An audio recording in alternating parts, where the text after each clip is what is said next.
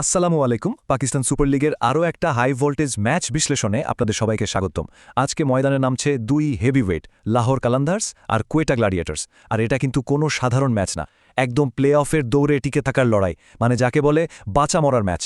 তো চলুন একদম প্রথমে ম্যাচের ডিটেলসটা দেখে নেই। পাকিস্তান সুপার লিগ ২০২৬-এর এই ম্যাচটা হলো ৩০তম ম্যাচ, আর এটা হবে ২১শে এপ্রিল লাহোরের সেই বিখ্যাত গাদ্দাফি স্টেডিয়ামে। মানে বুঝতেই পারছেন, মঞ্চ একদম রেডি, অপেক্ষা শুধু সেরা খেলার। তাহলে আসল প্রশ্নটা কি?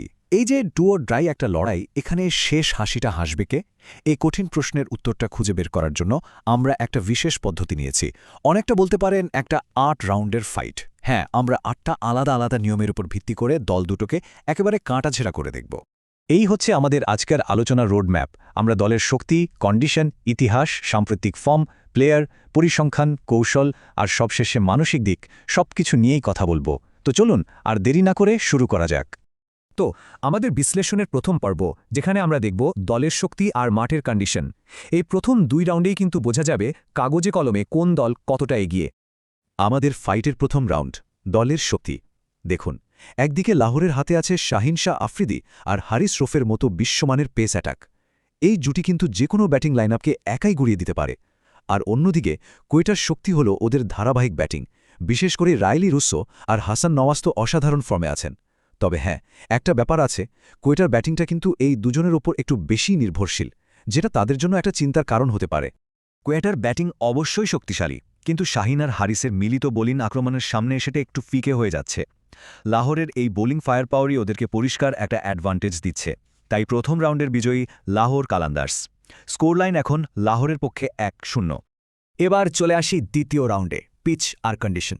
ম্যাচটা হবে গাদ্দাফি স্টেডিয়ামে, আর এখানকার পিচটা সাধারণত একদম ফ্ল্যাট হয়, মানে পেসারদের জন্য স্বর্গ। এখানে যে বাড়তি বাউন্স আর গতি পাওয়া যায়, সেটা শাহিন হারিস জুটির জন্য একদম আদর্শ। উল্টোদিকে কোয়েটার যে স্পিন নির্ভর বোলিং অ্যাট্যাক, তারা কিন্তু এই পিচে খুব একটা সুবিধা করতে পারবে না। সুতরাং ঘরের মাঠে সুবিধা আর পিচের চরিত্র, এই দুটোই কিন্তু সরাসরি লাহোরের পেসারদের পক্ষে কথা বলছে।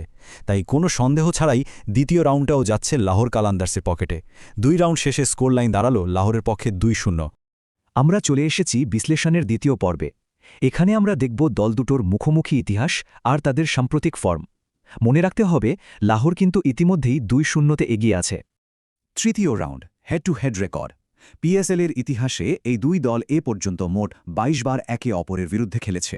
এর মধ্যে লাহোর জিতেছে ১১টা ম্যাচ আর কোয়েটার জয় ৯টাতে। মানে রেকর্ডে লাহোর সামান্য হলেও এগিয়ে আছে। তবে এখানে একটা কিন্তু আছে। এই সিজনেই ওদের শেষ ম্যাচে কোয়েটা কিন্তু বেশ দাপটের সাথে জিতেছিল। লাহোরকে তারা হারিয়েছিল ৬ উইকেটে, তাও আবার ২২ বল হাতে রেখে। কিন্তু গাদ্দাফি স্টেডিয়ামে লাহোরের রেকর্ড সবসময় খুব শক্তিশালী, এটাও মাথায় রাখতে হবে। শেষ ম্যাচে কোয়েটা জিতলেও সামগ্রিক রেকর্ড আর ঘরের মাঠে লাহোরের যে আধিপত্য, সেটার কারণেই এই তৃতীয় রাউন্ডের পয়েন্টটা লাহোরের দিকেই যাচ্ছে। ফলে স্কোর এখন ৩-০। চতুর্থ রাউন্ড, আর এটা হলো সাম্প্রতিক ফর্ম। এখানে তো দুই দলের চিত্র একেবারে সাদা কালো। লাহোর তাদের শেষ ম্যাচে ২১০ রানের বিশাল স্কোর করে জিতেছে, মানে ওদের আত্মবিশ্বাস এখন একদম তুঙ্গে। আর ঠিক তার উল্টো দিকে কোয়েটা তাদের শেষ ম্যাচে ১১৮ রানের বিশাল ব্যবধানে হেরেছে, যা মানসিকভাবে ওদেরকে বেশ পিছিয়ে দিয়েছে। তো বুঝতেই পারছেন, মোমেন্টাম এখন পরিষ্কারভাবে লাহোরের দিকে। একটা বিশাল জয় আর প্রতিপক্ষের বিশাল হার, এই রাউন্ডে লাহোরকে ছাড়া আর কাউকেই বিজয়ী বলা যায় না। ৪ রাউন্ড শেষে লাহোর কালান্দার্স এখন ৪-০তে এগিয়ে, ব্যবধানটা কিন্তু বাড়ছে। আচ্ছা, আমরা এখন বিশ্লেষণের তৃতীয় পর্বে চলে এসেছি। এখানে আমরা দেখব মূল খেলোয়াড় আর পরিসংখ্যানের খেলা। লাহোর কিন্তু এখন পর্যন্ত ৪-০তে এগিয়ে। প্রশ্ন হলো, কোয়েটা কি এখান থেকে ঘুরে দাঁড়াতে পারবে? পঞ্চম রাউন্ড, মূল খেলোয়াড়। লাহোরের ট্রাম্প কার্ড হলো ওদের দুই পেসার, শাহিন আফ্রিদি আর হারিস রৌফ। আর কোয়েটার বাজি হলো ওদের ফর্মে থাকা দুই ব্যাটার, রাইলি রুসো আর হাসান নওয়াজ।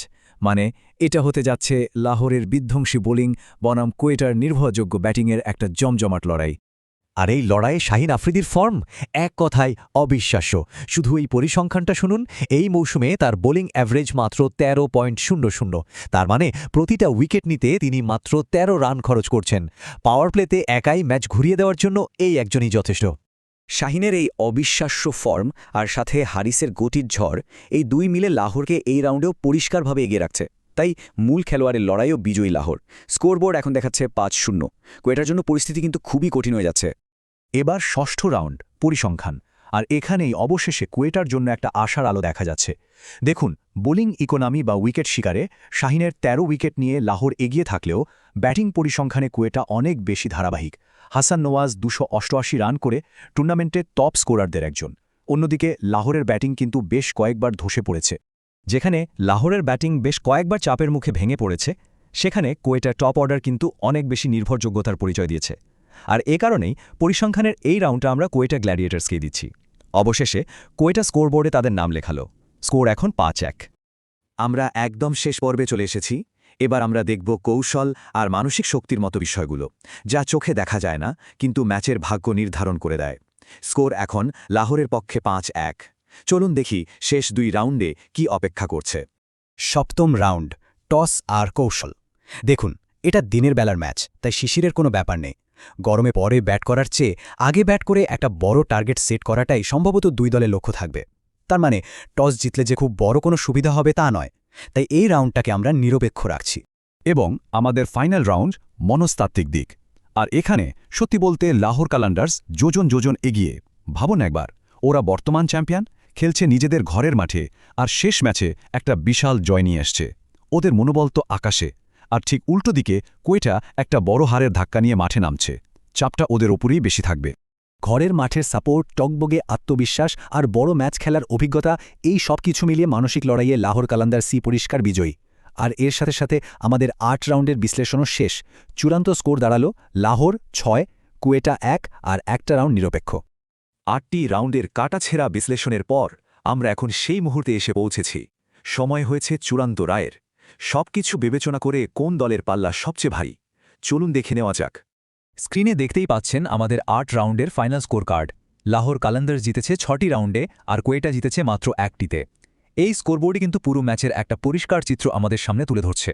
তাহলে আমাদের সব ডেটা, পরিসংখ্যান আর ফ্যাক্টরগুলোকে একসাথে মিলিয়ে এই বাঁচা মরার ম্যাচের সম্ভাব্য বিজয়ী হিসেবে যে দলটি উঠে আসছে তারা হল লাহোর কালান্দার্স।